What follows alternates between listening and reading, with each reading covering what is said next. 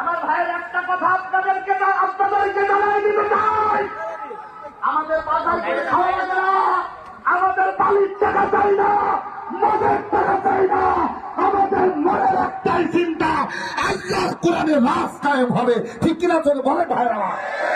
এই কোরআনের পক্ষে কারা কারা আছেন দেখি যে হাত তোলেন।